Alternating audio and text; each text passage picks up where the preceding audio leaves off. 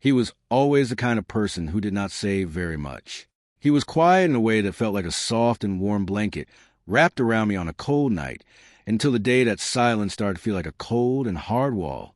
When he finally looked at me and said those two words, "Take care," I felt the whole world just stop spinning. It was in that very moment I realized I had lost every single thing that truly mattered to me. I really thought his silence just meant he was having a bad day or maybe feeling a bit grumpy. You know how people get when their feelings are hurt? They pull away from you. They stop talking as much. They need a little bit of time to cool their heads and start to feel better. That is exactly what I told myself was happening back then. Every single time he gave me a short answer.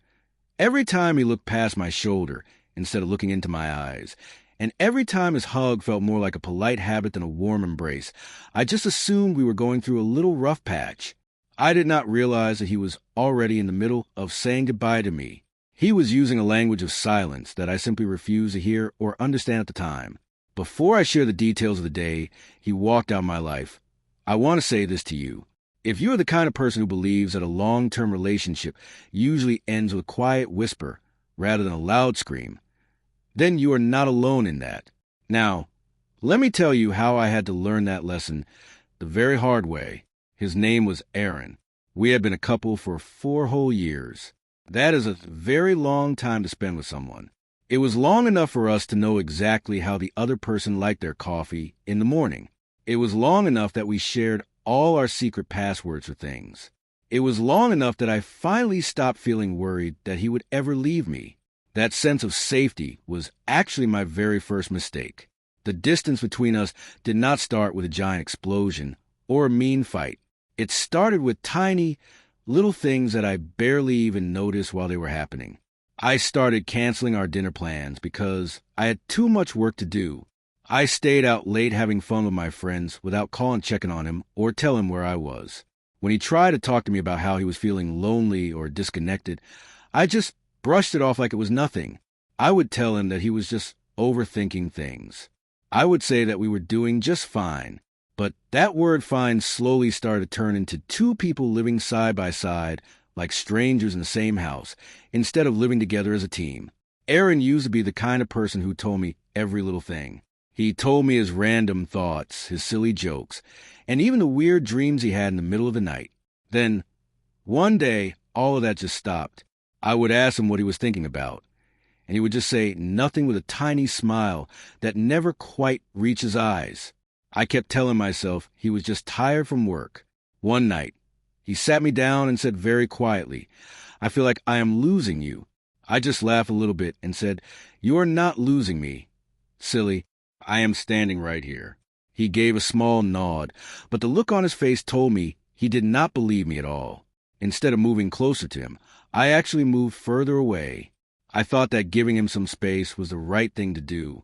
I did not see that the space was the very thing pulling us apart. Many weeks went by just like that. There was no yelling, and there was no big drama. It was just a slow fading away of something that used to feel very strong and solid.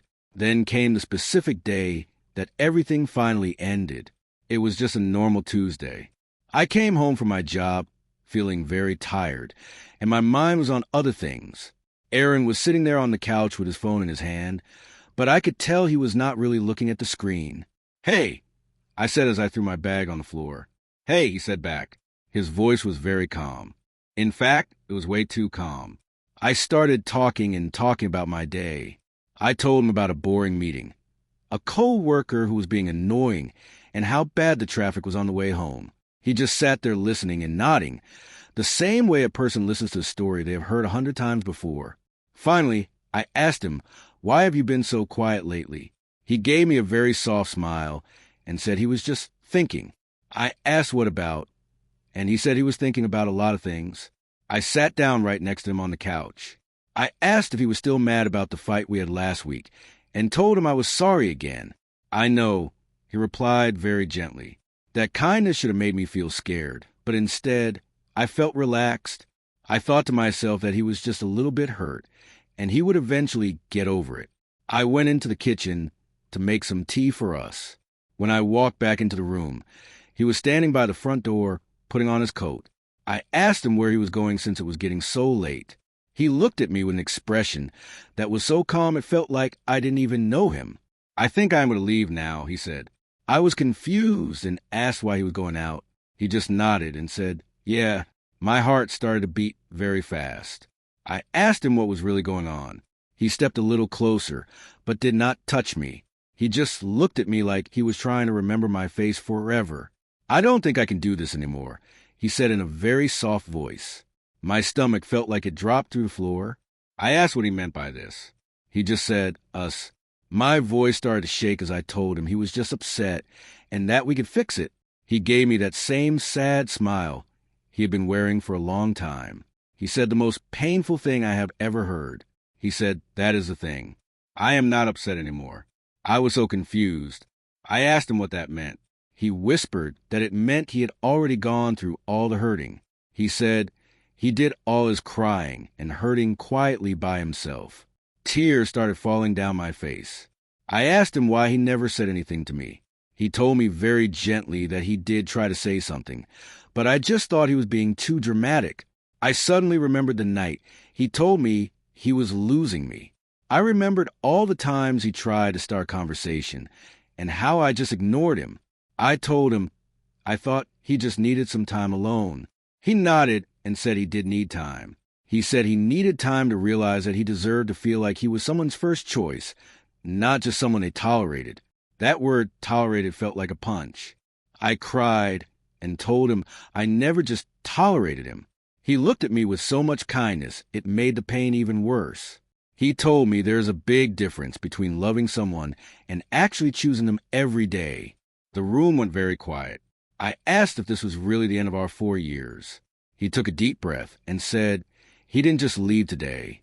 He said he had been slowly letting go for a long time while he was standing right next to me. I felt like I couldn't even stand up. I begged him not to leave like this. He stepped toward me and held my shoulders for a second. "Take care," he said. Those 2 words felt so final. I tried to grab his hand and told him we could try again and that I would change my ways. He said he believed I would change, but he was just too tired of being the only one waiting for that change to happen. He let go of my hand and walked to the door. He opened it, and I just stood there like a statue. I was waiting for him to turn around and tell me it was a joke. I wanted him to come back and hug me, but he did not do that. He gave me one last look that wasn't angry or mean. He just looked like he was finished. He stepped out and closed the door very quietly. There was no slamming and no noise. There was only the sound of the lock clicking and the memory of those 2 words. Take care. That is when I finally understood something important. People do not always leave the moment they walk out the door. Often, they have been gone for weeks or months while you were too busy, thinking they were just being a little bit quiet. The truth is that silence is not always a sign of peace. Sometimes, it is a sound of heart finally giving up and moving on. I learned that you have to listen to the quiet parts of a relationship just as much as you listen to the loud parts. When someone stops sharing their little jokes and their small thoughts, they might be getting ready to take the big thoughts with them too. It took me losing Aaron to realize that being there for someone means more than just being in the same room. It means really seeing them and hearing what they are not saying. I wish I had listened sooner. I wish I had noticed a change in his smile before it was too late. But now, all I have are those 2 words echoing in my head. Take care. They are the kindest and saddest words I have ever known.